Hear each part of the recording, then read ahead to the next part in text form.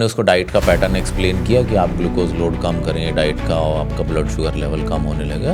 उनका फीडबैक 2 दिन बाद आया कि मेरे को हाइपोग्लाइसीमिया हो रहा है। हमारा फास्टिंग ब्लड शुगर लेवल 80 के आसपास हो तो नॉर्मल ब्लड शुगर मानते हैं, 70 से नीचे जाता है तो हम उसको हाइपोग्लाइसीमिया कहते हैं। आपको क्या लगता है कि इंडिया में what is the major cause, क्यों बार इतना ज़्यादा ये डायबिटिक जो पेशेंट्स है इंक्रीज हो रहे हैं, नंबर इंक्रीज हो रहे हैं? 800 करोड़ आदमी है धरती पे, तो 80 करोड़ लोग डायबिटिक। हमारे देश में around 11% of the population is diabetic. गुड़ जो लोग खाते हैं, क्या गुड़ ऑल्टरनेट है? गुड़ और चीनी में गुड़ में अराउंड 10% मॉइस्चर है, चीनी में मॉइस्चर नहीं है। जैसे कि अगर हम पुराने समय में बात करें, अगर मैं आपसे ये पूछूं कि कौन सी एक ऐसी डिस्कवरी थी जो बड़ी इंपॉर्टेंट थी ह्यूमन इवोल्यूशन के लिए, कौन सी एक ऐसी डिस्कवरी थी? So something comes to your mind, आता है कुछ दिमाग में? Okay, so let me tell you the discovery of printing press. Hi everyone, welcome back to the Kanishka Gola show. और आज के पॉडकास्ट के अंदर हम लोग बात करने वाले हैं something very exciting topic. First of all welcome back to my channel. All the way आप लोगों को पता है, जब भी कभी हम पॉडकास्ट लेकर आते हैं तो we always invite those guest जो एक सोसाइटी के अंदर चेंज क्रिएट कर रहे हैं। अब ऐसा चेंज शायद आपको इन्फ्लुएंसिंग लग सकता है, शायद आपके लिए लर्निंग फैक्टर हो सकता है। तो आज के पॉडकास्ट के लिए again I am gonna say this thing, please keep your pen and paper ready, because बहुत सारी लर्निंग्स मिलने वाली है, बहुत कुछ सीखोगे इस पॉडकास्ट के अंदर। एंड ऑल द वे इस पॉडकास्ट के अंदर एक ऐसे डिग्निटी, ऐसे पर्सन हमारे साथ में है, एक ऐसे एक्सपर्ट है जो आपको आज बताएंगे थोड़ा डाइटरी फैक्टर के बारे में। नाउ मैं थोड़ा सा आपको सिंप्लीफाई करती हूँ इस चीज़ को। अगर हम दीज डेज लाइफस्टाइल के ऊपर बात करें तो सब लोगों को लाइफस्टाइल के अंदर जिम जाना है, बॉडी बनानी है, दिस एंड दैट, बट हमारा लाइफस्टाइल अगर रियलिटी चेक पे देखा जाए तो हम लोग 12 घंटे तो एक सीट पे बैठे रहते हैं। ऊपर से हमारी जो ईटिंग हैबिट्स है, that's all the way very wrong. But क्या करें, इसको कैसे सुधार सकते हैं? ऑल द वे बहुत से दीज डेज आप देखोगे एक रेशियो, एक नंबर बहुत हायर बढ़ रहा है, वो है डायबिटिक पेशेंट्स का।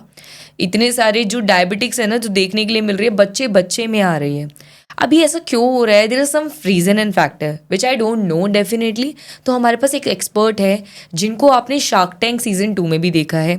इनकी एक्सपर्टीज़, इनका ब्रांड जो है ये सिर्फ प्रोवाइड करा रहे हैं, बल्कि ऐसा नहीं है कि प्रोडक्ट प्रोवाइड करा रहे हैं, नॉलेज प्रोवाइड करा रहे हैं। ऑल द टाइम आपके साथ में हमारे बीच में यहाँ है none other than mister Lokendra Tomar sir. Thank you so much sir for coming over here. कैसा लग रहा है यहाँ आकर? It's fantastic. और मुझे इस बात की बड़ी खुशी है कि जो ये नॉलेज प्रोजेक्ट जो ऑल अक्रॉस यूट्यूब पे या सोशल मीडिया पे चल रहा है, I think that is helping the society to become a better society. और नॉलेज एक ऐसा फैक्टर है जो ह्यूमन इवोल्यूशन के लिए बहुत इम्पॉर्टेंट है। जैसे कि अगर हम पुराने समय में बात करें, अगर मैं आपसे ये पूछूं कि कौन सी एक ऐसी डिस्कवरी थी जो बड़ी इंपॉर्टेंट थी ह्यूमन इवोल्यूशन के लिए, कौन सी एक ऐसी डिस्कवरी थी? So something comes to your mind, आता है कुछ दिमाग में? Okay, so let me tell you the discovery of printing press. Printing press, yes, that was the one of the phenomenal change for the knowledge.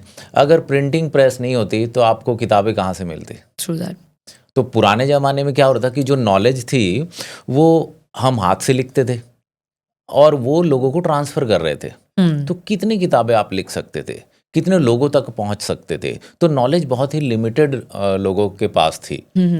लेकिन जब printing press की discovery हुई तो वो नॉलेज हर आदमी के पास पहुंच सकी। True that. So printing press मेरे ख्याल से एक बहुत बड़ा रिवोल्यूशन है जिसके कारण आज एआई है। अगर प्रिंटिंग प्रेस नहीं होता तो एआई नहीं होता। बिल्कुल, कहीं जीरो से स्टार्ट हुआ और देन हम आज एक ऐसे वर्ल्ड में बैठे हैं जहाँ पे सोशल मीडिया पे चीज़ें आज की डेट में अपना ब्रांड बनाओ एंड देन लोगों के पास पहुँचना ईजी हो चुका है बहुत ज़्यादा। तो first of all I just want to know about it. You been to the Shark Tank season 2 में आप थे, हाउज योर एक्सपीरियंस, कैसा रहा? शार्क टैंक एक बहुत अच्छा प्लेटफॉर्म है और सीखने को बहुत मिलता है। जो मेरी सबसे बड़ी लर्निंग वहाँ पे थी कि जो स्टूडियो था जहाँ पे शूटिंग चल रही थी, वहाँ पे केबीसी की भी शूटिंग चल रही थी पास में। 2-3 दिन वो लोग रिहर्सल कराते हैं कि आप हाउ विल एंटर, आप क्या बातचीत करेंगे, तो सारी चीज़ें आपकी डिस्कस होती हैं। सो जो ट्रेनिंग पार्ट में मैंने देखा कि वहाँ पे ऑलमोस्ट 200-250 आदमी काम कर रहे थे। अच्छा। तो इतना लोग कोऑर्डिनेशन और then the show comes out of it. तो वो जो कोऑर्डिनेटेड एफर्ट था, I learn a lot about that कि हर आदमी इंडिविजुअली उस पर काम कर रहा है, और जो आप 10-15 मिनट का जो आपका एक शो का जो आउटकम होता है वो 200-250 लोगों का एफर्ट है। Definitely the backstage effort we so called it. the team effort. So I think that was a phenomenal thing to learn, and everybody was so cooperative, everybody was cool. तो मुझे वो सीखने में बड़ा अच्छा लगा, वो देखने में अच्छा लगा कि जिस तरीके से इंडस्ट्री काम करता है ये। या एंड शार्क टैंक के बाद से तो आई हैव सीन बहुत सारे ब्रांड्स ऐसे हैं जो अच्छा ग्रोथ लेकर आए हैं, जी वेदर उनको वहाँ से फंडिंग मिली हो ना मिली हो, बट दे हैव, क्योंकि कोई भी ब्रांड बना रहा होता है तो उसके पास पोटेंशियल तो होती है। जी अभी एक विजन रखकर बंदे ने, किसी ने ब्रांड बनाया, suppose someone is just investing XYZ amount, yes. उसके XYZ अमाउंट से ज़्यादा इंपॉर्टेंट होता है उसकी वो थॉट जो उसने इन्वेस्ट करी है, और सोच इज लाइक थिंग।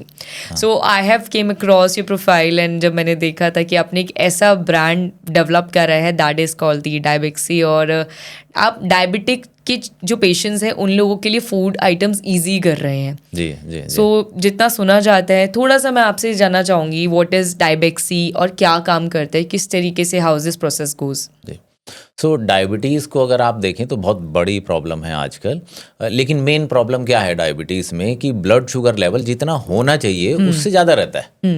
ये एक मेजर प्रॉब्लम है। और बढ़ता क्यों है?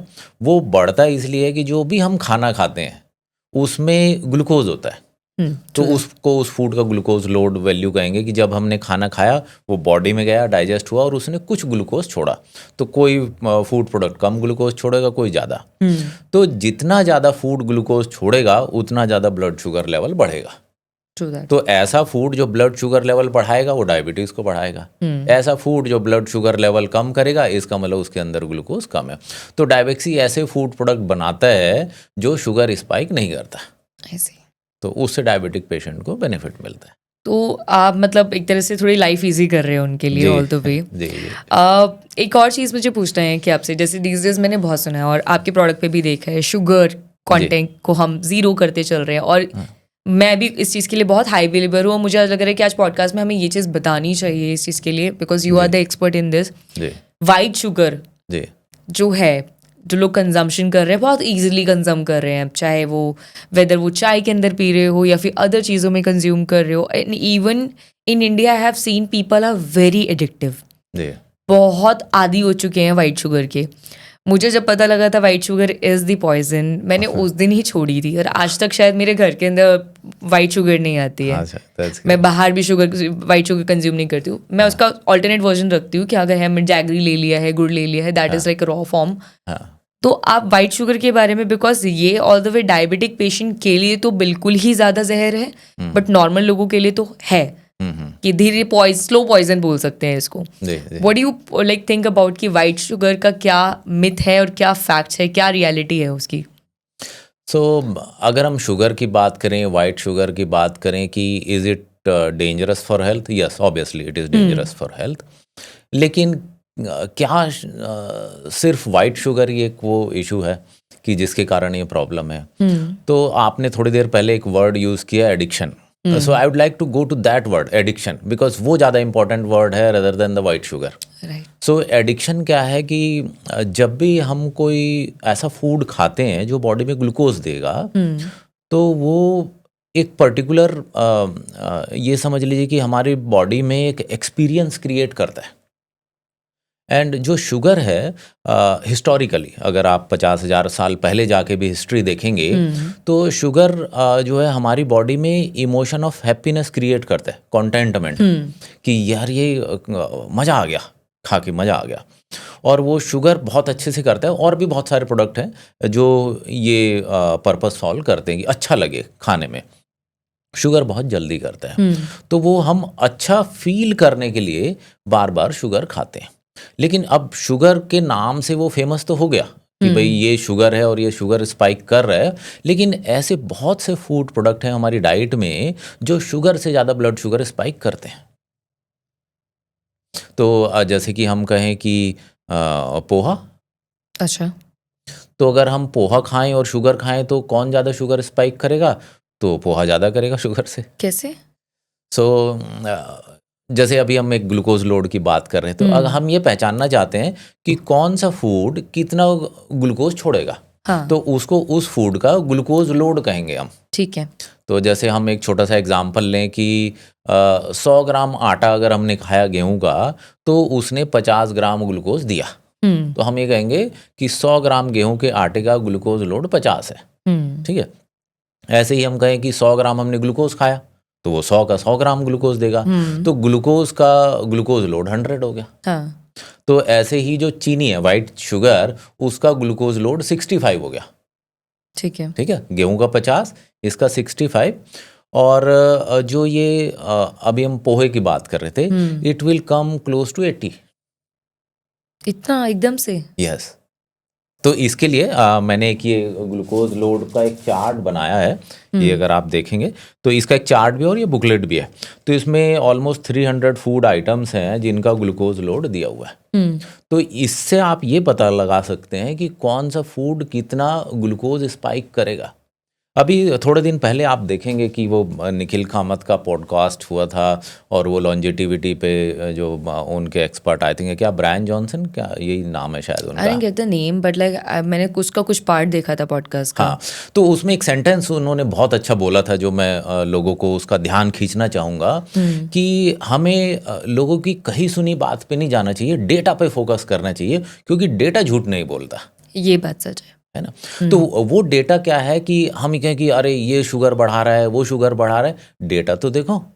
हुँ, तो वो डेटा क्या है, तो फूड साइंस के अंदर उसको ग्लाइसेमिक लोड कहा गया है, उस डेटा को। ओके। तो किस फूड का ग्लाइसेमिक लोड ज़्यादा है, किस फूड का ग्लाइसेमिक लोड कम है। अगर हम इस डेटा पे फोकस करें तो हम ये डायरेक्टली कोरिलेट कर पाएंगे कि कौन सा फूड ब्लड शुगर स्पाइक करेगा। तो फिर हमें किसी को ये कहने की ज़रूरत नहीं कि यार चीनी खा रहे हैं, क्योंकि अगर आप राइस खा रहे हैं तो चीनी से ज़्यादा ब्लड शुगर बढ़ा रहा है। True that.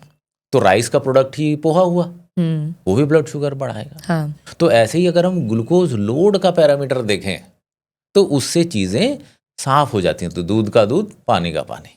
ऐसे ही ऐसे जैसे अब हमें ये कहा कि भाई डायबिटीज़ में एक दूध है, तो दूध कौन सा पिएं। ये एक डबल टोन्ड आता है, एक वो टोन्ड आता है, एक फुल क्रीम फुल आता क्रीम है आता ना। हाँ। तो अब लोगों को लगता है डायबिटीज़ है तो फैट नहीं खाना चाहिए, तो फुल क्रीम नहीं खाओ, वो दूध पियो, आप डबल टोन ले लो, एकदम पानी पानी, उसमें कोई फैट नहीं होगा। अगर आप ग्लूकोज लोड की बात करें तो तीनों का बराबर है, क्योंकि फैट थोड़ी ब्लड शुगर बढ़ाता है, हाँ, वो तो शुगर बढ़ाता है, हाँ, और शुगर तीनों में बराबर है। हाँ, तो अगर हम सही पैरामीटर यूज़ करेंगे तो सही डिसीजन पे पहुंचेंगे। इसलिए ग्लूकोज लोड, तो इसको हम ईजीएल वैल्यू कहते हैं फूड प्रोडक्ट का। ईजीएल वैल्यू, हाँ, estimated glucose load. Estimated glucose load, तो ओके। किस फूड, क्योंकि ये लेबोरेटरी नहीं है, ये मैथमेटिकल एस्टिमेशन है। इसका एक मैथमेटिकल फॉर्मूला है, जहाँ पे total carbohydrate multiplied by the glycemic index of the food product divided by 100। तो इस फॉर्मूले से आपको ये एस्टिमेटेड ग्लूकोज लोड मिलता है। तो ऐसे। आप अगर ये जानना चाहते हैं कि क्या खाना चाहिए, क्या सबसे ज़्यादा डेंजरस है, तो सुनी सुनाई बातों पे ना जाएं कि उसने ये कहा, उसने ये कहा। नहीं नहीं, आप साइंटिफिक पैरामीटर देखें, क्योंकि साइंस ही आपकी प्रॉब्लम सॉल्व करेगा, और आज तक साइंस ही करता आया है, करता है। तो आगे भी साइंस ही प्रॉब्लम सॉल्व करेगा। बिना साइंस के इवोल्यूशन नहीं है, और बिना साइंस की मदद के हेल्थ नहीं है। True that. मैंने ना बहुत लोगों को ये भी सुना है, जैसे जो भी डायबिटिक पेशेंट्स होते हैं, हमारे घर में भी है, तो व्हेनेवर वी टॉक अबाउट, तो अगर जी। उनसे बोलते हैं कि चाय लेनी है, हाँ, अच्छा कहेंगे हाँ ठीक है। चीनी लेनी है, नहीं चीनी तो नहीं, हाँ, बट चीनी का ऑल्टरनेट ढूंढते हैं। अब वो शुगर फ्री को भी उसको ही मानते हैं, बट मुझे नहीं लगता है कि शुगर फ्री समथिंग लाइक, बात तो उसमें भी वही उतनी आ जाती है।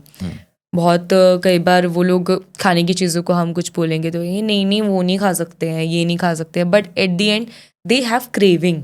जी, वो अंदर की क्रेविंग नहीं मार पाते। जी, अभी देखो, क्योंकि कोई पूरा लाइफ टाइम खाता है, जी, अगर आज उसको एकदम से तुरंत ही बोल दे कि रोटी खानी बंद कर दो क्योंकि आपको शुगर है और आप डायबिटिक पेशेंट हो, तो यू शुड हैव, आपके स्पाइक अप होंगे, आपके लिए नुकसान है, you never know what thing happen. उसके लिए एकदम से पैनिकिंग हो जाएगी कि मैं तो खाता ही रोटी हूँ, हाँ, अब मैं रोटी एकदम से बंद कर दूँ तो। अगर ऐसा किसी को पता लगता है someone is dealing like this only, उस नोट पे क्या किया जाए? जहाँ तक फूड चॉइसेस की बात है, तो सबसे पहले तो हमारा, मैं ये कहना चाहूँगा कि न्यूरो एसोसिएशन. तो neuro association is the what you think about something in your mind, that is a neuro association. तो फूड से हमारा न्यूरो एसोसिएशन क्या है? तो आप हिस्टोरिकली थोड़ा पीछे चले जाएं तो फूड वाज नेसेसिटी, क्योंकि उसके बगैर यू कैन नॉट सर्वाइव.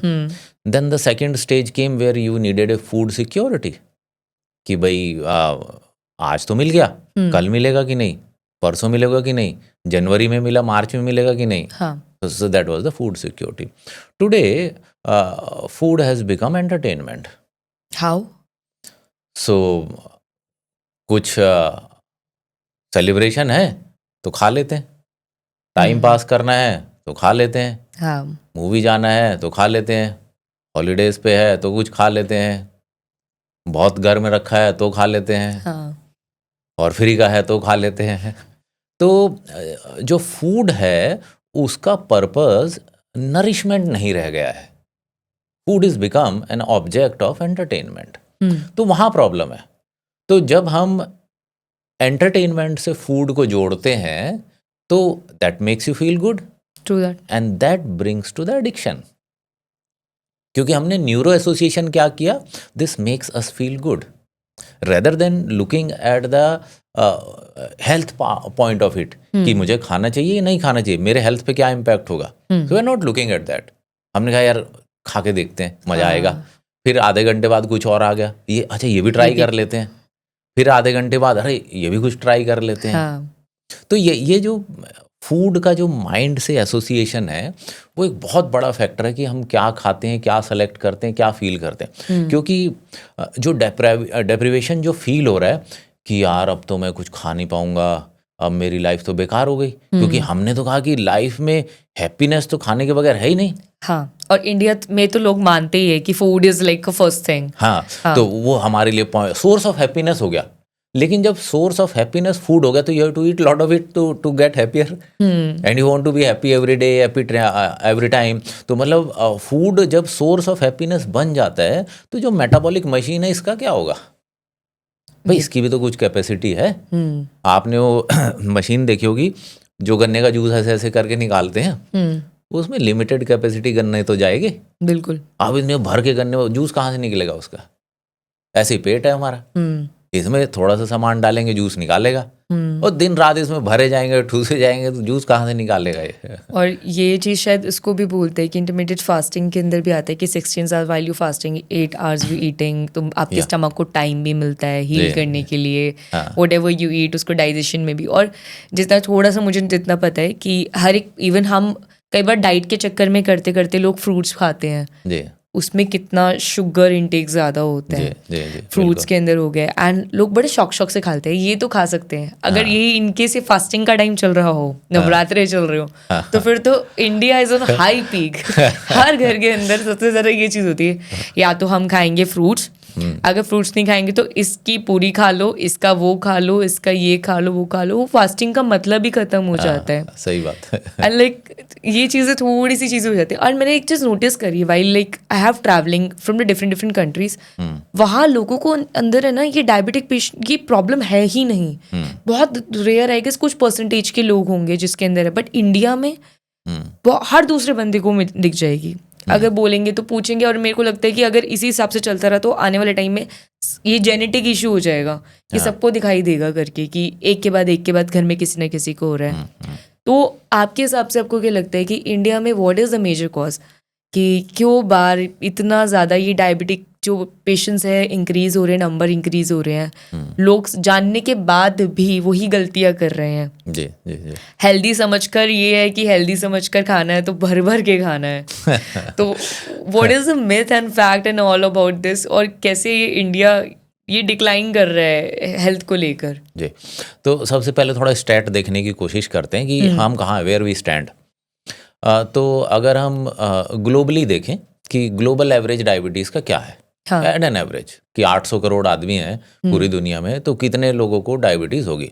तो 10% इज़ एन एवरेज, मतलब 800 करोड़ आदमी है धरती पे, तो 80 करोड़ लोग डायबिटिक है. ठीक है, 10% ऑफ दैट. अब हम इंडिया की बात करते हैं, हमारे देश में क्या पोजीशन है. तो हमारे देश में अराउंड अभी 2023 का सर्वे है कि around 14% of the population is आपकी नहीं sorry 11% of the population is diabetic and around 14% of the population is pre diabetic. तो मतलब 25% हो गए मोटा मोटा। तो रफली quarter of the population has got blood sugar issues, चाहे वो डायबिटिक हुआ है नहीं हुआ है।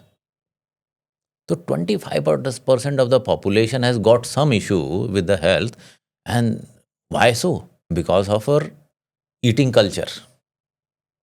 तो जो ईटिंग कल्चर, जैसे भी आपने कहा कि भाई फास्टिंग के समय हम और ज़्यादा खा रहे हैं। हाँ, करनी तो हमें फास्टिंग थी, लेकिन फास्टिंग का अच्छा आज फास्टिंग है, अच्छा ये वाली पूरी ले आओ, कुट्टू के आटे की पूरी ले, आज तो हम आलू ही खाएंगे, हाँ, है ना, आज हम गेहूं की रोटी नहीं खाएंगे, आज हम कुट्टू की रोटी खाएंगे, आज समा के राइस खाएंगे। हाँ। तो आदमी नॉर्मल डेज से ज़्यादा खा लेता है। वही हिटिंग ज्यादा हो जाती है करके। तो ये जो कॉन्सेप्ट है, हमारे कॉन्सेप्ट क्लियर होने बहुत ज़रूरी है कि वाई वी ईट। और आपने एक बहुत अच्छा पॉइंट रेज किया कि जो इंटरमिटेंट फास्टिंग है, तो अगर मान लो इंटरमिटेंट फास्टिंग ना भी करें तो एक फास्टिंग का रूल, तो जो भी हेल्थ एंथुसियास्ट है उसको लाइफ लॉन्ग फॉलो करना है, 1-2 महीने का नहीं। एक तो मतलब मैं इस बात पे भी एम्फेसाइज करना चाहूँगा कि 3-3 महीने का गोल मत बनाओ यार, कि अब 3 महीने में सैलेड ही सैलेड खाऊंगा। वो 3 महीने थोड़ी जीना है, अभी तो 100 साल जीना है ना। तो 100 साल जीना है तो 100 साल का रूल बनाओ, 3 महीने का रूल नहीं बनाओ। तो पहला रूल हमने क्या कहा कि भाई हमें क्या खाना है।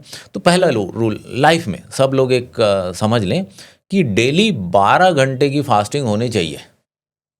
मतलब एक ऐसा विंडो 12 घंटे का जहां आप कुछ नहीं खाते। तो वो जो 12 घंटे का जो विंडो है, वो 12 घंटे का विंडो आपकी बॉडी में रिपेयर और रीजनरेशन का काम करता है। क्योंकि जिम जाते हैं, बॉडी कब बनती है? जब आप रात को सोते हैं। एक्सरसाइज करते समय तो मसल ब्रेक करते हैं हम, राइट, उसको एक्सपेंड करते हैं, राइट। लेकिन वो रिपेयर होके बनेगा कब? जब हम जब रात रेस्ट को करें। सोएंगे। ऐसे ही हमारे मेटाबॉलिक सिस्टम है। तो हमारे जैसे हमने कुछ खाया, हमारे बॉडी के एंजाइम, विटामिन, मिनरल सब गए, उसको प्रोसेस किया, हमने बॉडी जो फूड आया उसको कंज्यूम किया। अब रीफिल होने का भी तो टाइम चाहिए। हाँ, तो जो 12 घंटे का जो पीरियड है वो सबका होना चाहिए। फिर आप 12 से उसको 14 कर सकते हैं तो दैट इज ओके, 15 कर सकते हैं। क्या आप 14 घंटे की फास्टिंग लाइफ लॉन्ग कर सकते हैं? कर सकते हैं, it's okay, it's very easy. हाँ। तो हमारा थॉट प्रोसेस क्या हुआ कि 12 घंटे की फास्टिंग तो मिनिमम चाहिए डेली। बट सर पता है, मैंने ये भी देखा है कि ना लोग है ना अभी सोचते हैं कि फास्टिंग अगर 12 घंटे की करनी है तो उसके बाद में ना उनकी जो नज़र होती है ना घड़ी पर की होती है कि यार अभी खाना है। अगर 1 बजे सपोज 10 से 10 का स्लॉट चल रहा है उनका, 12 घंटे हो गए और उन्होंने 11 हो गए, नहीं नहीं नहीं नहीं मेरे को परेशानी हो रही है, मेरे को परेशानी हो रही है। बहुत लोगों को मैंने ये भी देखा है कि if they don't have anything, उनके हाथ पैर कांपने लगते हैं, उनको शिवर होने लगता है। But they have the very strong body, अच्छी खासी बॉडी ले रहे हैं, पर अंदर से जो वीकनेस फील हो रही है। कई बार कुछ लोग ऐसे होते हैं कि मानते तो है 12 घंटे करना है, पर कहते हैं कोई बात नहीं, आधे घंटे में कुछ फर्क नहीं पड़ता, बॉडी ने कर लिया होगा 10 घंटे में काम जो करना होगा। तो ये ऐसे सिनेरियोज होते हैं, मतलब ये मन को मनाने वाली चीज़ें होती है कि करके नहीं मानने से व्रत के अंदर कर लिया उन लोगों ने कि फास्टिंग है तो फास्टिंग के अंदर खा लेंगे। भगवान तो मान रहे हैं, आलू से शुरुआत हो रही है, फिर उसके बाद में कुछ और खा रहे हैं, फिर कुछ और खा रहे हैं। एंड यूजुअल डे से ज़्यादा वो 5-5 मील ले लेते हैं पूरे दिन की, and that cot fasting. But अगर अर्ली डेज में मुझे जितना पता है कि पुराने टाइम में अगर लोग करते थे तो दे डू फास्टिंग लाइक कि just to repair the system. हफ्ते में, महीने में एक फास्टिंग का रूल भी इसलिए बनाया जाता था। राइट नाउ तो we follow Ekadashi, we follow like कि पूर्णमासी है उसके लिए फास्टिंग करनी, नवरात्रि के 9 दिन फास्टिंग हो रही है। बट समटाइम तो people don't know about it कि नवरात्रि इसी 2 सीजन्स में क्यों पड़ते हैं, वाइल दे चेंजिंग द वेदर्स, ताकि आपकी बॉडी अडेप्ट कर ले। गर्मी, सर्दी से गर्मी में जाती है, गर्मी से सर्दी में आती है, तो समटाइम्स फूड ईटिंग हैबिट्स भी होती है।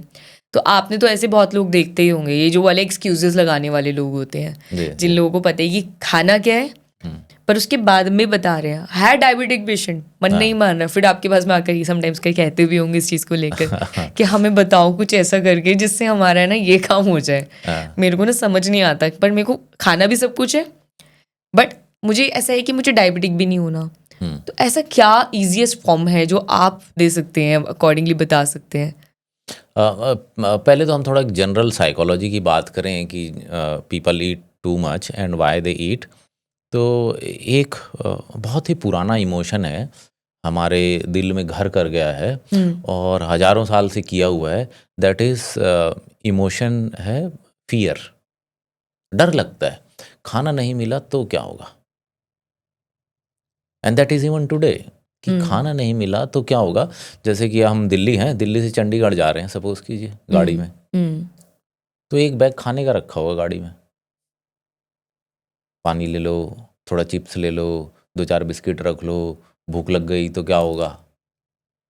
रास्ते में बहुत ढाबे भी पड़ेंगे, वहां पे भी खाएंगे, पर एक बैग रखा होगा because we are scared of hunger कि भूख लग गई तो क्या होगा, कुछ बुरा हो जाएगा। भूख लगते ही कुछ ना कुछ खाना है, and that's not the body science कि भूख लगते ही कुछ खाने की ज़रूरत नहीं है। तो हंगर से डरने की ज़रूरत नहीं है। पहली बात तो it's okay to be hungry and even if you don't eat today it doesn't matter, even if you don't eat tomorrow doesn't matter. 15-20 दिन भी नहीं खाओ तो कोई नहीं मरता। तो एक तो भूख से डरने की ज़रूरत नहीं है। दूसरा, अभी 1-2 दिन पहले एक केस हमारे पास में, because we run clinic for diabetic patient, तो वहाँ पे पेशेंट्स आते रहते हैं। तो we got a case of young girl who was like 25-26 year old. उसका वजन बढ़ गया था और ब्लड शुगर लेवल हाई आया at the age of 25, type 2 diabetes. उसका फास्टिंग ब्लड शुगर लेवल कुछ 110 के आसपास आया। तो हमने उसको डाइट का पैटर्न एक्सप्लेन किया कि आप ग्लूकोज लोड कम करें डाइट का और आपका ब्लड शुगर लेवल कम होने लगेगा। तो ऐसा उनको गया। तो उनका फीडबैक 2 दिन बाद आया कि मेरे को हाइपोग्लाइसीमिया हो रहा है, कि मैंने जैसे ही शुगर वुगर छोड़ा और कार्ब कम किए डाइट में तो मेरे को हाइपोग्लाइसीमिया हो रहा है। तो हमने पूछा कि ब्लड शुगर चेक करके बताओ। तो उन्होंने बताया मेरा ब्लड शुगर 90 है। तो मैंने कहा यार 90 blood sugar level is not hypoglycaemia. तो अब ब्लड शुगर की वैल्यू बताता हूँ क्योंकि this is how you will correlate. तो हमारा फास्टिंग ब्लड शुगर लेवल 80 के आसपास हो तो नॉर्मल ब्लड शुगर मानते हैं, 80 के आसपास मिलीग्राम पर डेसीलीटर इज द वैल्यू। 70 से नीचे जाता है तो हम उसको हाइपोग्लाइसीमिया कहते हैं। ओके, ठीक है। और 120 हम अपर लेवल में मानते हैं कि खाने के बाद 120 पहुंच गया तो दैट्स ओके।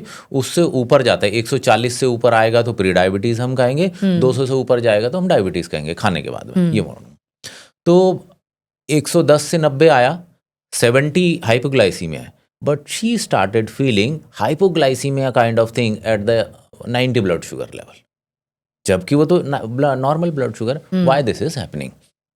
क्योंकि हमारा जो ब्लड ग्लूकोज लेवल है एक्चुअल तो 80 के आसपास होना चाहिए। तो 80 पे हमारी बॉडी चल रही थी, लेकिन अब हमने धीरे धीरे स्टेप अप किया, अब हमारी बॉडी 100 पे चल रही है। अब यहाँ हमारा सारा फंडामेंटल सिस्टम इस 100 पे जाके सेटल हो गया। लेकिन जब आप इसको 100 से 90 पे ले आते हैं तो टर्बुलेंस हो जाती है। हाँ। क्योंकि हम तो यहाँ सेटल हो गए ना, और एक्चुअल आइडियल यहाँ पे है। तो यहाँ से जो यहाँ की जो जर्नी है, तो ये 100 से 80 पे वापस आने की journey, this might be little troublesome. लेकिन जो ये ट्रबलसम का जो जोन है, ये जब लोग इस जोन में आते हैं तो उनको डर लगता है, अरे मेरे ब्लड शुगर कम हो जाएगा, कुछ मीठा लेके आओ, कुछ मीठा लेके आओ। कम नहीं हुआ भैया, चेक तो करो। This is what data doesn't lie, right. तो अगर आपको ऐसा लग रहा है मेरा शुगर कम हो गया, चेक तो करो। अदर वो ऐसे यार शुगर कम हो रहा है, ले आओ खा लेते हैं। सो दे थिंक लाइक एन एक अपॉर्चुनिटी मिल गया खाने का, खा लेते हैं, एक्सक्यूज मिल गया। सो डेटा पे अगर फोकस करें और गोल ये रखें कि living a healthy life, living A disease free life, तो आपको डेटा साइंस क्या खाना है तो डिसिप्लिन ज़्यादा अच्छे से रख पाएंगे अगर हमारे गोल्स क्लियर होंगे। अगर गोल्स क्लियर होंगे तो डिसिप्लिन ईजी है, राइट। अगर लोगों ने मान लिया कि वर्कआउट करना ही करना, it's not important, as well as eating habit should be very good. जैसे 70% डाइट बोलते हैं, वैसी कि मेजरली फैक्ट तो यही आता है। जैसे मैंने एक चीज़ देखी कि इंडिया में लोग के ना बहुत, जैसे चाय के बहुत आदी है। बिल्कुल, मतलब चाय चाहिए तो चाहिए, सुबह उठते हुए चाहिए, रात को सोते हुए चाहिए, दिन में चाहिए, और कुछ लोग तो ऐसे नींद में भी दे दोगे चाय तो पी लेंगे। मान लेते हैं करके कि चाय है तो है। ऐसे अगर लोग हैं और they got diabetic any case, उसका क्या वो है कि अभी मेरे को पता है वो लोग तो एकदम से मानेंगे नहीं, बिकॉज मन तो नहीं मानता, हाँ। उनको समझाना पड़ेगा and eight the end they lose their consciousness, क्योंकि एकदम से किसी को एक चीज़ ना कर देना, इट्स ऑल्सो अ लाइक उनके माइंड में हम ज़्यादा बीमारी भर रहे हैं। और जब किसी को डायबिटिक पेशेंट बनता है तो उसके लिए शायद बहुत सारी चीज़ें नहीं होती कि फूड ईटिंग हैबिट्स एकदम चेंज करनी पड़ती है। तो ऑन दैट टाइम अगर कोई ऐसा है, it's a very new person who is just get in the diabetic thing और अभी बिल्कुल ही आया है और उसको समझ नहीं आ रहा है व्हाट टू डू, तो क्या चीज़ें हैं इसको कंट्रोल करने के लिए और क्या ये क्योर किया जा सकता है? बिल्कुल। हाँ, तो जो नई साइंस है वो ये कहती है कि डायबिटीज़ रिवर्स हो सकती है। एक आदमी जिसका ब्लड शुगर बढ़ गया, डायबिटिक रेंज में चला गया, तो क्या वो उसको ज़िंदगी भर नॉन डायबिटिक रेंज में रख सकता है? रख सकता है, विदाउट एनी कॉम्प्लिकेशन रख सकते हैं। सो जैसे अभी हमने एक कॉन्सेप्ट डिस्कस किया ग्लूकोज लोड का, तो हम थोड़ा सा पहले ये देखते हैं कि किसको डायबिटीज़ पता लगती है। तो डायबिटीज़ जिसको पता लगती है, तो थोड़ा सा और बैकग्राउंड में जाते हैं, जिनको साइंस का बैकग्राउंड नहीं है वो कैसे समझेंगे। तो हमने खाना खाया, तो खाने में 3 कंपोनेंट होते हैं, फैट, प्रोटीन और कार्बोहाइड्रेट। तो फैट में से शुगर नहीं निकलता क्योंकि वो तो फैट है, राइट। प्रोटीन में से शुगर नहीं निकलता क्योंकि वो प्रोटीन है, तो कार्बोहाइड्रेट में से शुगर निकलता है। तो हमने खाना खाया, वो पेट में गया, वहाँ से जो कार्बोहाइड्रेट था उसमें से ग्लूकोज निकला, वो ग्लूकोज वो पेट से ब्लड में चला गया और ब्लड में से सेल के अंदर जाएगा, तब हम उसको यूज़ करेंगे, है ना। सिंपल प्रोसेस हो गया। तो जो ब्लड में जो शुगर घूम रहा है वो सेल में ऑटोमेटिकली नहीं जाएगा, उसको एक हार्मोन चाहिए, इंसुलिन। तो इंसुलिन हार्मोन आएगा, वो शुगर को, ग्लूकोज को पकड़ेगा, तो सेल के अंदर डालेगा। ठीक है, ये हमारा फिनोमेना हो गया। अब हमने ज़्यादा ग्लूकोज खाया तो ज़्यादा ग्लूकोज ब्लड में आया, तो हमें ज़्यादा इंसुलिन की ज़रूरत पड़ी, है ना। साइकिल चल रही है, तो आपने क्वांटम इंक्रीज किया खाने का, तो आपकी इंसुलिन की रिक्वायरमेंट बढ़ गई। True that. ठीक है ना, ये कनेक्शन हमारी समझ में आ गया। अब ये इंसुलिन कहाँ बन रहा है? तो इंसुलिन बनता है हमारी पेनक्रियाज में, बीटा सेल्स होती है, जैसे इधर पेनक्रियाज होती है इस साइड में, इधर लीवर है, इसके अपोजिट में इधर पेनक्रियाज है, तो वहाँ पे बीटा सेल है, तो वो बीटा सेल इंसुलिन बनाती है। तो वो जो बीटा सेल हैं वो अराउंड 2 मिलियन, 20 लाख समझ लीजिए, 20 लाख बीटा सेल होती हैं। तो जब वो दिन रात इंसुलिन बनाए जा रहे हैं, दिन रात इंसुलिन बनाए जा रही हैं, तो मरने लगेंगी। हाँ बिल्कुल, ओवरवर्क ना, एक्सर्शन। तो जो फर्स्ट टाइम जब आदमी को पता लगता है कि तेरी डायबिटीज़ या ब्लड शुगर बढ़ा हुआ है, तो साइंटिफिक फिगर ये कहते हैं कि अप्रॉक्सीमेटली 40% आपकी बीटा सेल खत्म हो चुके हैं। तो आप ये समझ लीजिए कि जो 20 लाख बीटा सेल थी उसमें से 8 लाख जा चुकी हैं। तो 12 लाख जब आई हैं तब उसका ब्लड शुगर लेवल स्पाइक होना शुरू हुआ। तो उस टाइम पे अब क्या होता है कि पहले हमने खाना खाया, ग्लूकोज आया, इंसुलिन आया, सेल के अंदर डाल दिया, तो ब्लड शुगर नॉर्मल है। लेकिन अब क्या हुआ कि हमने ग्लूकोज खाया, ब्लड में गया और हम उसको सेल के अंदर नहीं डाल पा रहे, तो अब वो ब्लड में घूम रहा है, तो अब ब्लड शुगर लेवल नॉर्मल से ज़्यादा आ गया। अब हमें पता लगता है कि डायबिटीज़ है। तो जैसे हमें पता लगा, तो majority of the time the first reaction is denial. मेरे को नहीं हो सकता, तुम्हारी मशीन खराब है और तुम तो पैसे लूटने के चक्कर में हो, है ना। ये अरे मैं कल पार्टी कर ली थी, ज़्यादा खा लिया था, 3-4 दिन से ज़्यादा पार्टी हो रही है इसलिए ब्लड शुगर बढ़ गया, कल मैंने पी ली थी इसलिए blood sugar. They are in denial mode, but diabetes never happens accidentally. तो अगर आज आपको डायबिटीज डिटेक्ट हुई है तो इसकी जड़ 10 साल पहले थी। एक्सीडेंटली कई बार लोगों को ऐसा होता है, अरे हम और डॉक्टर के पास गए थे, मेरे को बुखार चढ़ा हुआ था और डॉक्टर ने एंटीबायोटिक दी और मेरा बुखार तो उतर गया और 5 दिन बाद डायबिटीज़ हो गई, डॉक्टर ने गलत दवाई दे दी। तो डॉक्टर को दोष देना चालू कर, उसने कुछ ऐसी एंटीबायोटिक दे दी कि भैया मेरा तो डायबिटीज़ हो गया। ऐसा नहीं होता। डॉक्टर कोई दवाई दे दे और 4 दिन में डायबिटीज़ हो जाए, ऐसा नहीं होता। डायबिटीज़ बहुत पुराने समय से चली आ रही होती है आपकी बॉडी में, धीरे धीरे, क्योंकि बीटा सेल में तो 20 लाख से 12 लाख, मतलब 8 लाख बीटा सेल किल करनी है हमको, तो धीरे धीरे धीरे वो फैक्टर आता है। तो अब हम क्या कर सकते हैं कि जैसे हमने कहा कि 20 लाख से 12 लाख बीटा सेल आ गई, तो पहले मान लीजिए हमारी इतनी कैपेसिटी थी कि हम 100 ग्राम ग्लूकोज रोज खा सकते थे, हाँ। लेकिन अब हमारी कैपेसिटी मान लीजिए 50 ग्राम ग्लूकोज हैंडल करने की है, तो इसको ग्लूकोज हैंडलिंग कैपेसिटी नाम दे देते हैं इसको, कि एक आदमी की ग्लूकोज हैंडलिंग कैपेसिटी है। तो अगर वो आदमी उस ग्लूकोज हैंडलिंग कैपेसिटी के अंदर अपना ग्लूकोज लोड रखेगा डाइट का, तो ब्लड शुगर नहीं बढ़ेगा। अगर उससे ज़्यादा रखेगा तो हमारी कैपेसिटी नहीं है, तो ब्लड में घूमेगा। तो क्या एक डायबिटिक डिटेक्टेड आदमी जिसको पता लग गया कि तुम्हें डायबिटीज है, क्या वो जिंदगी भर नॉन डायबिटिक स्टेट मेंटेन कर सकता है? बिल्कुल मेंटेन कर सकता है, क्योंकि उसकी कैपेसिटी जो ग्लूकोज लोड हैंडल करने की है वो उसके अंदर, उस बाउंड्री के अंदर रहे। तो इस बाउंड्री के अंदर उसको फ्रीडम है, कभी भी ब्लड ग्लूकोज लेवल नहीं बढ़ेगा। True that. हाँ, तो क्या डायबिटीज़ ख़त्म हो सकती है? बिल्कुल ख़त्म हो सकती है। लेकिन अब ये इसका दूसरा रूप कि क्या ऐसा हो सकता है कि मुझे कुछ दवाई मिल जाए, कुछ इंजेक्शन हो जाए और फिर मैं पहले की तरह जो भी खाना चाहूँ खा लूँ? तो क्या वो 12 लाख जो बीटा सेल थी दोबारा 20 लाख पे चली जाएंगी? सो अभी तक ऐसी साइंटिफिक पॉसिबिलिटी नहीं आई है।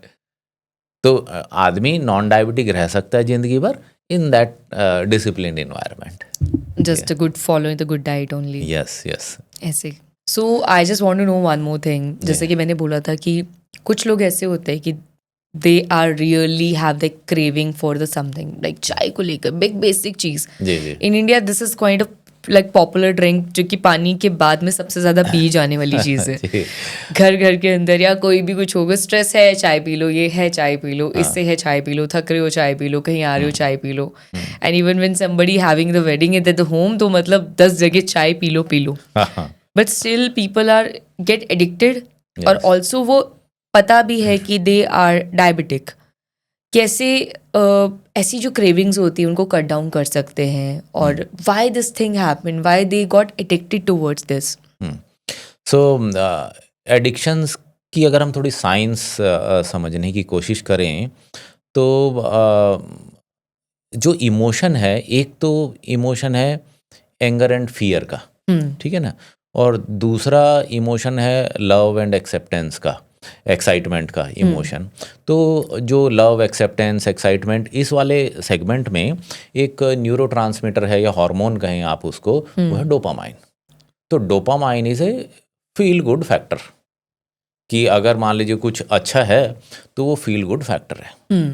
तो डोपामाइन कब रिलीज होता है? तो डोपामाइन रिलीज होता है expecting some reward, the anticipation of reward, तो डोपामाइन रिलीज होगा. जैसे कि हम ऑफिस में बैठे हैं और हमारे मन में विचार आया कि घर जाएंगे, बारिश हो रही है, गरम गरम चाय आएगी, पनीर के पकोड़े खाएंगे और मज़ा आ जाएगा. So this is anticipation. तो जैसे ही एंटिसिपेशन होगी वो डोपामाइन बढ़ने लगेगा. हाँ. और जो डोपामाइन बढ़ने लगेगा तो हमारी क्रेविंग बढ़ने लगेगी, क्योंकि हमने माइंड में वो रील क्रिएट कर ली, माइंड में हमने वो मूवी चला ली कि अब हम घर जाएंगे, बैठेंगे, खाएंगे और मजा आएगा. तो जब हम खा रहे होते हैं तो वो हम इसको एंजॉय करते हैं. अच्छा, फूड का एंजॉयमेंट कहाँ है? माउथ में. उसके नीचे तो कुछ है ही नहीं. हाँ. तो जब हम चबा रहे हैं, खा रहे हैं, वो चाय को साथ में पी रहे हैं, तो हमें वो अच्छा फील हुआ, मजा आ गया. ठीक है. अब नेक्स्ट, अब जैसे ये तो हम चाहे, अब यार डिनर में क्या खाएंगे, तो डिनर में एक काम करते हैं यार, वो एक काम करते हैं, आज बाहर चलते हैं और वो चाउमीन खाएंगे. वो चाइनीज़, वो उसमें मिर्ची सी लगी रहती है, सोया सॉस वो लगा रहता है, वो मज़ा आएगा. So again we are anticipating. तो जो एंटिसिपेशन है वो फिर डोपामिन रिलीज करता है. हाँ. हमें भूख है या नहीं है, वो डोपामिन जब रिलीज होता है वो एंटिसिपेशन में हम उस एक्ट को बार बार रिपीट करना चाहते हैं. अब ये डोपामिन क्यों रिलीज हो रहा है, इसका एसोसिएशन अलग अलग हो सकता है. तो फूड से हो सकता है, चाय से हो सकता है, एल्कोहल से हो सकता है, इवन समटाइम्स ये हमें किसी एक्टिविटी से हो सकता है. रनिंग करेंगे, मजा आएगा, so the person will go to run every day. क्यों? क्योंकि यार वो मज़ा आएगा, क्योंकि जब हम एक्सरसाइज करेंगे, मसल स्ट्रेच होगा तो डोपामिन रिलीज होगा. हाँ. कुछ लोगों को डोनेट करने से हो सकता है कि हम जाएंगे, झुग्गी झोपड़ियों में जाएंगे, हम लोगों को कंबल डोनेट करेंगे, खाना डोनेट करेंगे, उनकी सहायता करेंगे, उससे डोपामिन रिलीज होगा. तो आपका डोपामिन किससे रिलीज होता है, ये डिपेंड करता है कि आपको एडिक्शन किस बात का होगा. तो अगर एडिक्शन है तो डोपामाइन है, तो डोपामाइन है तो एडिक्शन है। हम्म तो हमने डोपामाइन को किससे कनेक्ट किया है तो वो हमारा एडिक्शन होगा। तो चाय से जो डोपामिन का एडिक्शन है चाय से हो जाएगा, जिसका अल्कोहल से है उसको अल्कोहल से हो जाएगा। तो dopamine is a basic neurotransmitter जो हमें ये एडिक्शन क्रिएट करता है। अब बाहर कैसे निकले कि इससे डोपामिन से बाहर कैसे निकले, तो इसका जो रूल है वो है स्पेसिंग। हमारा मन तो कर रहा है हम घर जाएंगे, पकौड़ा खाएंगे, चाय पिएंगे, now we take a conscious decision, will not do that, it's very difficult. घर जाएंगे नहीं, हाँ तो एक काम करते हैं हम रिप्लेस कर लेते हैं। चाय की बजाय घर में जाके बोलते हैं एक काम करो यार तुम हमें ग्रीन टी दे दो, ठीक है, तो हम पकौड़ा नहीं खा रहे, हम ग्रीन टी खाएंगे, ग्रीन टी पिएंगे। तो आपने रिप्लेस कर लिया। तो सबसे पहला जो स्टेप होता है वो रिप्लेसमेंट, कि जो ज़्यादा डेंजरस चीज़ है उससे लेस डेंजरस चीज़ पे रिप्लेसमेंट, एंड देन उसके बाद आपको छोड़ सकते हैं। तो फिर आपने वो चाय पी, ग्रीन टी है क्या, ये क्या दे दिया, बकवास है ये, कुछ नहीं, पीने का मज़ा नहीं आया, फिर छोड़ो इससे अच्छा रहने ही दो। तो फिर नेक्स्ट स्टेप में आप ये भी रहने दो, मज़ा तो आ ही नहीं रहा इसमें। तो ये अब जो एक थोड़ी देर पहले आपने वो शुगर फ्री वाली बात की थी, अब जैसे हमने शुगर खाया, वो डोपामिन रिलीज हुआ, वो फील हुआ, और शुगर क्या करता है, इंसुलिन और ब्लड शुगर स्पाइक करता है, तो उसका ब्रेन पे अलग इफेक्ट है। अब हमने खाया शुगर फ्री, तो मीठा तो लगा खाने में, लेकिन वो अंदर जाके ब्लड शुगर स्पाइक नहीं कर रहा है, इंसुलिन स्पाइक नहीं कर रहा है, तो वो ब्रेन में हिट नहीं जा रहा है जो शुगर के खाने से जा रहा था। तो वो कहता है यार ये मजा नहीं आया इसमें, because he is looking for that dopamine hit.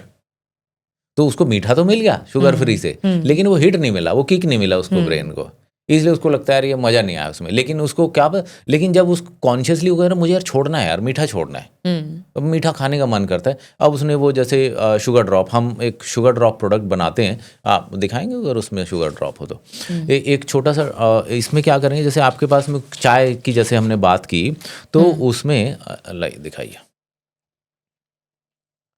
ये ऐसे ये छोटा सा ड्रॉप जैसा प्रोडक्ट है, तो इसको चाय में जैसे आप 2 ड्रॉप डाल लो तो वो मीठा हो जाता है। सो बढ़िया चीनी जैसा मीठा लगेगा। हाँ, तो ये स्टीविया थोड़ा बिटरनेस होता है, इसमें बिटरनेस नहीं है, ठीक है। सो अब उसको मीठा तो लग गया, लेकिन बैक ऑफ द माइंड उसको पता है कि मुझे मीठा छोड़ना है। अगर वो कहेगा कि यार मुझे इससे वो वाला मजा लेना है, तो उसको मजा नहीं आएगा। लेकिन उसने कहा यार मुझे मीठा छोड़ना है, तो क्या मेरे पास रिप्लेसमेंट है, तो रिप्लेसमेंट है डायबेक्सी या शुगर सब्स्टिट्यूट ड्रॉप आपने यूज़ कर लिया, तो उससे आपकी मीठे की क्रेविंग शांत हो गई और वो जो बैड इम्पैक्ट था वो नहीं आया। तो when we take a conscious decision कि मुझे छोड़ना है और अब मैं करना चाह रहा हूँ, तो पहला है स्पेसिंग, गैप, कि मुझे नहीं करना। तो जब आप गैप दे देंगे तो धीरे धीरे डी एडिक्शन की तरफ वो जाने लगता है। तो डायबिटीज़ को आप डी एडिक्शन प्रोसेस समझ लीजिए, कि जैसे हमें चाय छोड़नी है, मीठा छोड़ना है, अल्कोहल छोड़ना है, ड्रग्स छोड़ना है, ऐसे डायबिटीज़ में जो एडिक्शन है फूड का, तो डायबिटीज़ का ट्रीटमेंट मान लो it's like a de addiction process. और आप जैसे मैंने डायबेक्सी के प्रोडक्ट्स देखे थे, तो यू आर मेकिंग लाइफ थोड़ी इजी उन लोगों के लिए, because they already have, because मुझे लगता है जब किसी को पता लगता है रिसेंटली कि देखो डायबिटिक, कुछ लोग तो सीरियस लेते हैं और कुछ लोग इतने परेशान हो जाते हैं इस चीज़ को लेकर कि अब ये छोड़ना पड़ेगा, ये छोड़ना पड़ेगा, ये छोड़ना पड़ेगा। क्या जिसको डायबिटिक अब हो चुकी है, डायबिक्सी के होते हुए उनको सब कुछ खाना छोड़ना पड़ेगा, या फिर still there is an alternate? हाँ, सो ऑल्टरनेट, हम डायबेक्सी का पर्पज़ ही ये है कि ऑल्टरनेट क्रिएट किया जाए। जैसे कि मैं काफ़ी सालों से इस इंडस्ट्री में हूँ और पहले मैं वेट लॉस का क्लिनिक रन करता था। तो वेट लॉस का जब हम क्लिनिक रन करते थे तो वहाँ पे वेट लॉस कराने के लिए रिस्ट्रिक्टेड कार्बोहाइड्रेट डाइट का पैटर्न फॉलो करते थे। तो जब इनिशियली मैंने शुरू किया तो कार्बोहाइड्रेट रिस्ट्रिक्शन के लिए हमें ग्रेन्स बंद करने होते थे, तो हमने चावल बंद कर दिया, गेहूँ बंद कर दिया, और जो डाइटरी पैटर्न है वो मेनली वेजिटेबल बेस या वेजिटेबल और प्रोटीन का कॉम्बिनेशन चलता था। तो जो वेट लॉस करना चाहते थे वो 2-3 महीने फॉलो कर लेते थे और अच्छा वेट लॉस हो जाता था। लेकिन उनके बाद जो नेक्स्ट क्वेश्चन आता था कि ये ज़िंदगी भर कैसे चलेगा, खाली सब्जी ज़िंदगी भर कैसे खाएंगे, हम तो बचपन से रोटी सब्जी ये सब खाते आ रहे हैं, तो हमें कुछ रिप्लेसमेंट चाहिए कि क्या रोटी, आप हमें कुछ आटा बताओ जिसकी हम रोटी बना लें। तो that's the place where started working on a replacement, तो मेरे क्योंकि मैं फार्मास्यूटिकल बैकग्राउंड से हूँ, तो मुझे लगता था कि कौन सा ऐसा आटा होगा जो ब्लड शुगर नहीं बढ़ाएगा या इंसुलिन स्पाइक नहीं करेगा। तो अब कौन करता है भाई? कार्बोहाइड्रेट करता है। तो अगर हम एक ऐसा आटा बना लें जिसमें फैट और प्रोटीन ज़्यादा और कार्बोहाइड्रेट कम हो, तो वो प्रॉब्लम सॉल्व कर देगा। So it was something like that in my mind कि एक ऐसा प्रोटीन पाउडर जिसकी रोटी बन जाए। मतलब मेरे दिमाग में जो क्वेश्चन आया, कॉन्सेप्ट आया कि हम एक ऐसा प्रोटीन पाउडर बनाएं जिसकी रोटी बन जाए, तो वो हम यूज़ कर सकते हैं। तो this is how Diabexy came into the picture. And इसमें मैंने वो कॉम्बिनेशन ट्राई करने की कोशिश की। तो इसमें जैसे अब हम ग्लूकोज लोड की बात कर रहे थे, तो गेहूँ 100 ग्राम गेहूँ का जो ग्लूकोज लोड है वो 50 आ गया गेहूँ के आटे का। तो जो डायबेक्सी आटा है उसका एस्टिमेटेड ग्लूकोज लोड अप्रोक्सीमेटली 7 है। 7 तो वहाँ 50 और ये 7। तो जब डायबेक्सी आटे की जब रोटी खाता है आदमी, तो वो ब्लड शुगर, वो इंसुलिन स्पाइक नहीं होता, क्योंकि इंग्रेडिएंट ऐसे यूज़ किए गए हैं। तो उसमें 40% प्रोटीन है, 15% फाइबर है और इतना ही अप्रोक्सीमेटली उसमें फ़ैट है। तो फैट, फाइबर, प्रोटीन, ये सारी चीज़ें हैं, तो कार्बोहाइड्रेट कंटेंट कम हो जाता है, तो उससे उसको वो बेनिफिट मिल जाता है। तो ऐसी और भी कई सारी चीज़ें। फिर सवाल आया कि वो सुबह चाय के साथ हम रस खाते हैं, तो देन वी क्रिएटेड कि आप ये ब्रेकफास्ट बार ले लीजिए। एलमंड कुकीज़ हमने बनाई कि मैदा और शुगर की बजाय आप एलमंड कुकीज़ यूज़ कर लें। तो देन द स्नैकिंग सेगमेंट केम। फिर कि भाई नमकीन भी कुछ बना दो, तो हमने नमकीन कुकीज़ भी बनाई, नमकीन भी बनाया। कुछ मीठा भी बना दो, तो हमने बर्फ़ी वर्फ़ी बनाई लो। सो जैसे जैसे कस्टमर्स की डिमांड आती रही कि हमें ऐसा कुछ डाइवर्जन चाहिए, तो अभी हम आटा, नमकीन, बिस्किट, मिठाई, ऐसी सारी चीज़ें बनाते हैं जिनको वो रिप्लेस करके जो क्रेविंग है उसको शांत कर सकता है। Again thinking in the mind कि मुझे मीठा छोड़ना है, तो मुझे कुछ रिप्लेसमेंट चाहिए।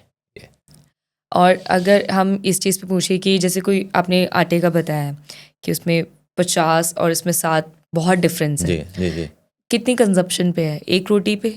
तो हम इसको 100 ग्राम पे स्टैंडर्डाइज करते हैं। तो जैसे ये EGL वाला जो बुकलेट मैंने आपको दिखाया, तो everything as per 100 gram.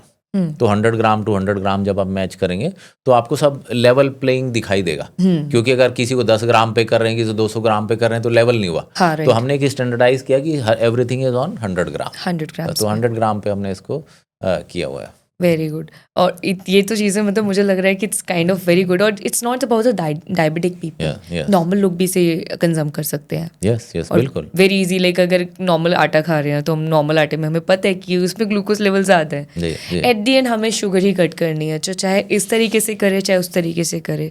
We have to lead towards the like healthy lifestyle. गुड़ जो लोग खाते हैं, ये क्या गुड ऑल्टरनेट है? It's like my personal question because I love to eat गुड़ अ लॉट। ओके, तो गुड़ और चीनी में जो डिफरेंस है, तो डिफरेंस देखने की कोशिश करते हैं, क्योंकि अब again we have to go back to the data. तो डेटा क्या है? Nutritional value. तो पहला डिफरेंस होगा कि गुड़ में अराउंड 10% मॉइस्चर है, चीनी में मॉइस्चर नहीं है। तो अगर इसमें 100% शुगर है, तो गुड़ में 10% कम शुगर है, तो उसमें 90% शुगर है। दूसरा डिफरेंस, चीनी वाइट है क्योंकि उसमें जो बाकी जो कंपोनेंट थे, जो न्यूट्रिशनल कंपोनेंट थे, वो हमने हटा दिए और उसको प्योर वाइट कर दिया, क्योंकि उससे उसकी शेल्फ लाइफ अच्छी हो जाती है, ख़राब नहीं होती, ऑक्सीडाइज नहीं होता। ये ब्राउन रंग का है, इसमें 1-2%, वो बहुत ज़्यादा डिफरेंस नहीं है, हार्डली 1% का डिफरेंस है, क्योंकि माइक्रो न्यूट्रिएंट उससे ज़्यादा नहीं होते, 1-2% से ज़्यादा। तो उसमें माइक्रो न्यूट्रिएंट है, तो थोड़े से माइक्रो न्यूट्रिएंट आपको एक्स्ट्रा मिल सकते हैं। Now coming to the third factor कि ग्लूकोज रिस्पॉन्स क्या होगा, ultimately that's what we want to जज। तो glucose response will have just 10% difference because it has got 10% less sugar than the white sugar. तो जो 10% का जो मॉइस्चर डिफरेंस था, बस वही डिफरेंस है। तो will it make a great change? I don't think so. मतलब अगर आप उसको साइंटिफिकली ब्लड शुगर पे एनालाइज करना चाहते हैं, तो कोई बहुत ज़्यादा मेजर डिफरेंस नहीं मिल सकता ये है उसमें, गुड़ में। बट लोग तो जिस हिसाब से बोलते हैं, वही वाली बात है कि जो लोग बोलते हैं आपके हिसाब से कि अगर उनकी बातों पर विश्वास करेंगे तो we can lead towards the wrong direction. But हाँ, मुझे ये तो अब फैक्ट पता लगा इस चीज़ को लेकर कि गुड़ को लेकर है। और मैं तो बहुत टाइम से गुड़ कंज्यूम करी हूँ, मुझे आई गेस वाइट शुगर छोड़े बहुत टाइम हो गया। हाँ, बट बहुत टाइम ऐसा होता है कि नहीं कुछ समझ आ रहा है, कुछ नहीं alternate option, then we have to थोड़ा सा कंज्यूम करने में इतना पता नहीं चल रहा होता है। तो एक नॉर्मल पर्सन और एक डायबिटिक पेशेंट की डाइट में डेफिनेटली डिफरेंस होगा। तो आप थोड़ा डाइटरी फैक्टर बता सकते हैं, क्या डाइट फॉलो करनी चाहिए? एक तो जैसे अभी हम इसी पॉइंट को मैं थोड़ा सा और एक्सटेंड करूं, तो क्या हमें फ्रीडम चाहिए खाने पीने का? ऑब्वियसली वी वांट फ्रीडम, कि जो हमारे मन में हम खा सकें। हम्म। तो फ्रीडम बिना डिसिप्लिन के नहीं आएगी। हम्म। हम जैसे यहाँ से फॉरेन कंट्रीज में जाते हैं, जैसे मान लो इंडिया से दुबई चले गए आप, हम्म।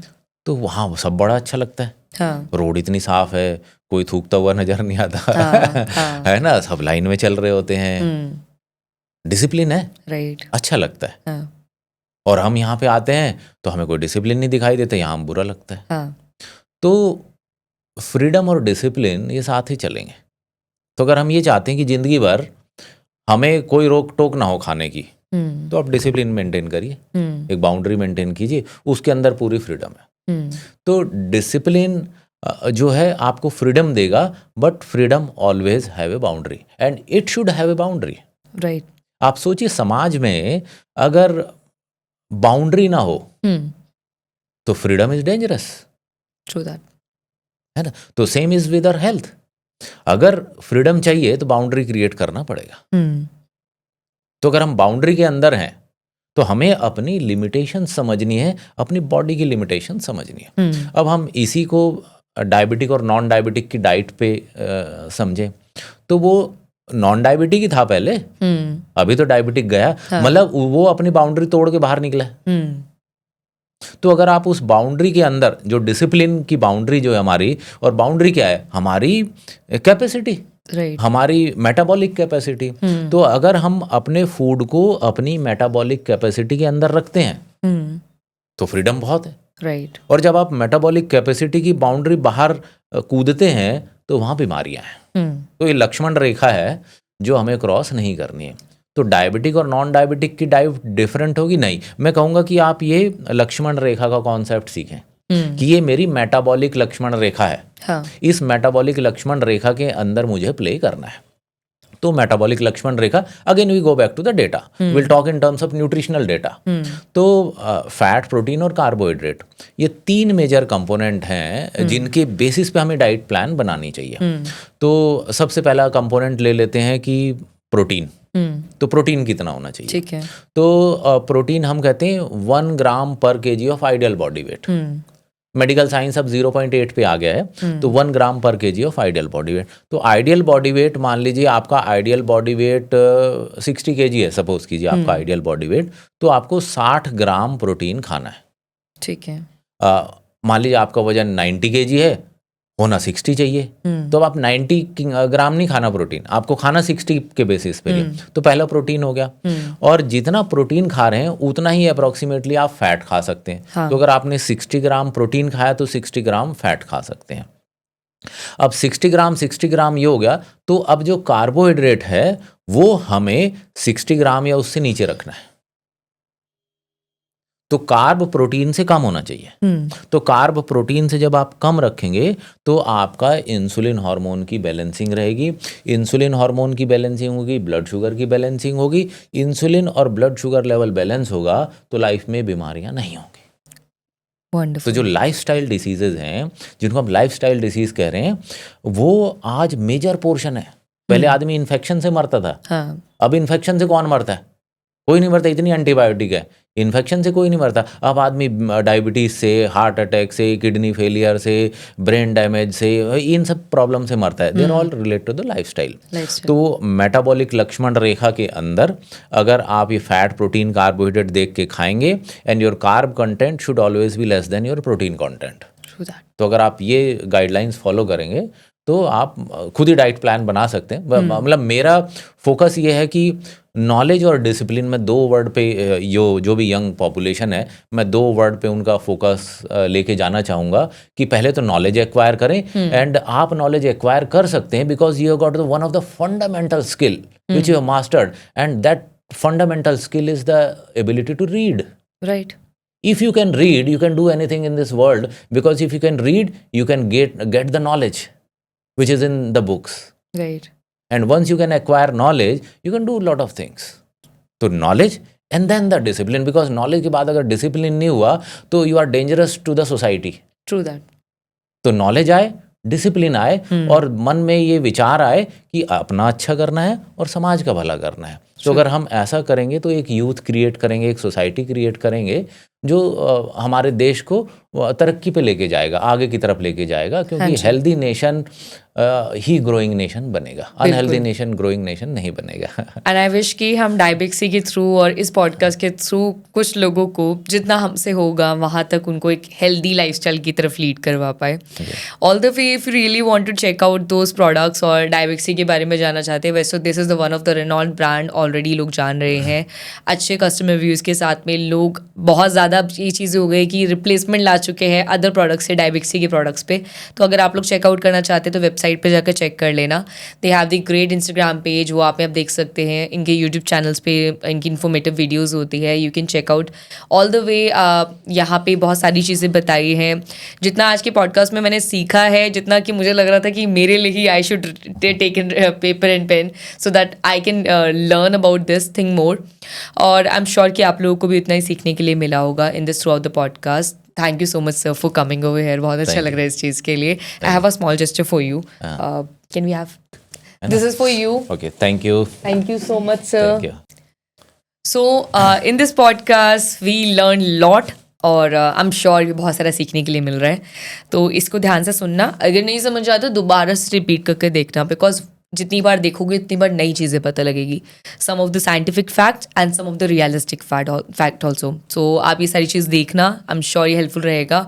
डायबिटिक पेशेंट हो या नहीं हो, अगर आपके आस पड़ोस में किसी को है, घर में किसी को है, तो this video surely gonna help.